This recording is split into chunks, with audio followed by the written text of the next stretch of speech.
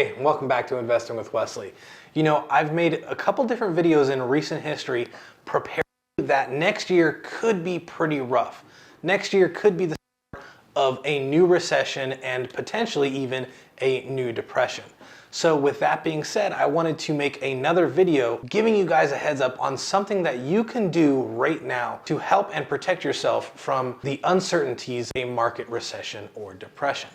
That being said, let's get into it. Okay, so the number one thing that you could do in a market recession or depression is to protect your income. Now, if you can protect your income, then you'll have more disposable income to capture all the downside and invest when everything's really cheap. But if you don't protect your income, if you lose your job and have to start using your savings in order to live until, things get better, then you have no more disposable income to capture on the downside and grow your wealth. So that is the number one thing that I want to help you focus is coming up with different ideas to help you grow that nest egg and to help you get extra income when you need it. So the first one is dropshipping or Amazon, basically fulfilled by Amazon. Now, dropshipping is the idea of someone goes on to a website of yours, buys something, it comes from the factory and gets sent to their house. You have no inventory and there's no risk to you. But often the delivery times on something like that are extremely slow. That's why a lot of people will switch to by Amazon or fulfilled by Amazon. Where that comes to play is you have Amazon fulfill all the purchase orders, which usually means Amazon time delivery of, a day. But the risk is that you have to spend money on inventory and give Amazon all your inventory. So if you don't sell your products in a timely manner, you're basically taking a loss on all of your inventory. So each method comes with different risks, but different pros as well. Now, another thing you could do is called house hacking. Now, house hacking most oftenly means that you buy something like a duplex, you live in one, rent out the other, and use the income you receive from that half of the rental to offset your mortgage and save you a little bit of money. But you can house hack with pretty much anything. In a single family home with all the rooms being filled with your family, you can rent out garage storage space to people that need storage.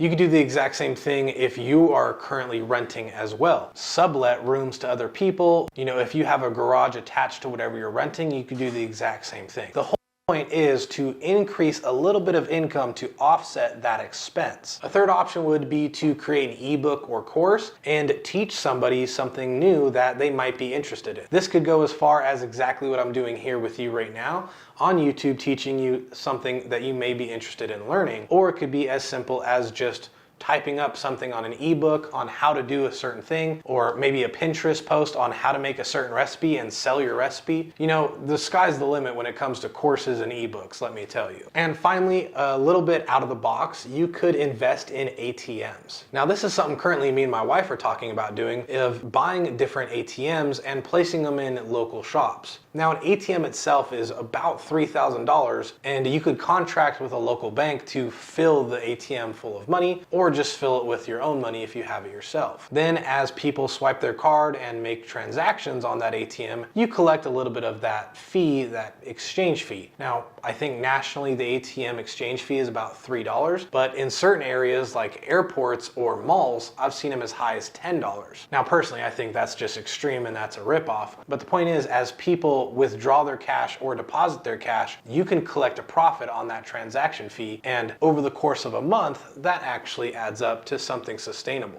Now, I've already said it, but creating these multiple income streams acts as insurance on your job's income. Now, obviously, your job is going to be your primary source of income until you can grow these other business models that we've talked about. But having all these other business models set in place, if you do lose your job in some sort of recession or depression, or if there's furloughs or cutbacks, your livelihood isn't as effective because all the other things that you've had set up are supplementing that. Although it's great income insurance for your job, it's also a key component of becoming wealthy. Every millionaire and every wealthy person out there has multiple different streams of income. You can't solely rely just on one, because if that one gets taken from you, then you're out of luck. So going back to fulfilled by Amazon or drop shipping, how would you go about doing that? How would you start something like that? Well, personally, what I would do is create a Shopify store, and I believe it's about $30 a month. Now, Obviously, you're going to need to generate traffic for this online store, so you would want to market on places like Instagram, Facebook, or just Google Ads altogether. Now, this is more income that is going to be needed to market this and run ads on those various platforms, but if it's set up properly and you have good turnover, meaning there's actually things on your website that people would want to buy, then everything works out and you'll generate enough profit to pay for those ad revenues, to pay for that Shopify store, and to pay yourself. Now the trick is, how do I know people are interested in the stuff I want? And that's something that I can describe to you in a later video, because there is so much different research that you could do and so many different websites, so many different apps that you could take part in that will help you determine what people are clicking on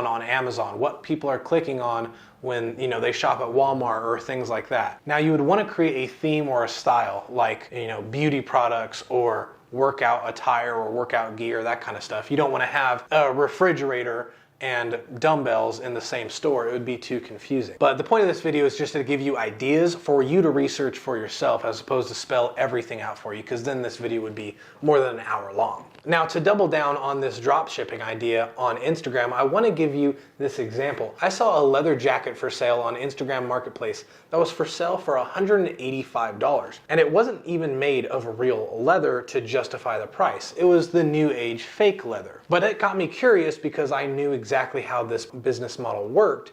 It got me curious to go on Alibaba.com, where most people supply their drop shipping from, and see exactly how much the jacket itself really costs. The jacket itself only cost $45 if you bought directly from Alibaba.com. So this person was charging $185 for a product that only cost $45, and they were profiting the spread. They were profiting the difference. Now, in this scenario, if that person were to sell just one jacket every single day from the ads that they were running, then that's a profit of $50,000 per year. And going back to the ATM idea, the ATM at the end of the day is like real estate. It's all about location, on what's going to get you the most traffic and get you the most transactions and fees. But on average, ATMs cost about $2,500 to $3,000 for the machine itself, and a national average is about $300 in profit every single month. Now, if you contracted with a bank and the money in the ATM came from a bank and you were just collecting the profit of the transactions, then you'd be making $3,600 a year just on that one ATM. Now, $3,600 a year doesn't compare to the $50,000 a year that we talked about in drop shifting, but think about it how you would an investment. If you invested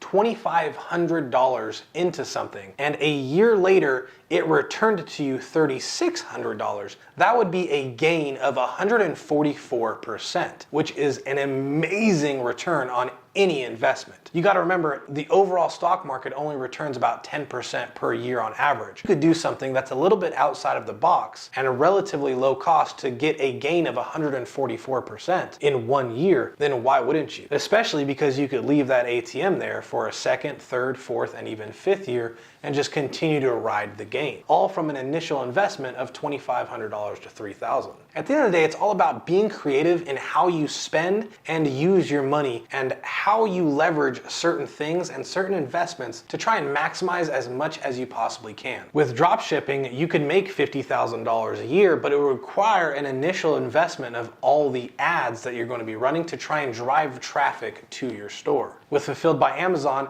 yes, you could profit $50,000 plus and turn it into a real business, but again, you have to pay for all of the inventory and all the ads that you're going to be running. An ATM, same thing. You could profit $3,600 a year or 144% return on your money, but it requires that initial investment. Hardly anything other than creating content on YouTube or other platforms and creating an ebook or course that you could sell online, hardly anything other than those two options are completely free as a whole. So just remember to think creatively in how you could grow your income. That way you're more secure when a recession or depression does hit. Hope you got value in this video. If you did, please remember to like and subscribe, as it really helps this channel get out there. I have a dedicated Facebook and Instagram account, so if you ever had any questions, comments, or just wanted something addressed, feel free to reach me there.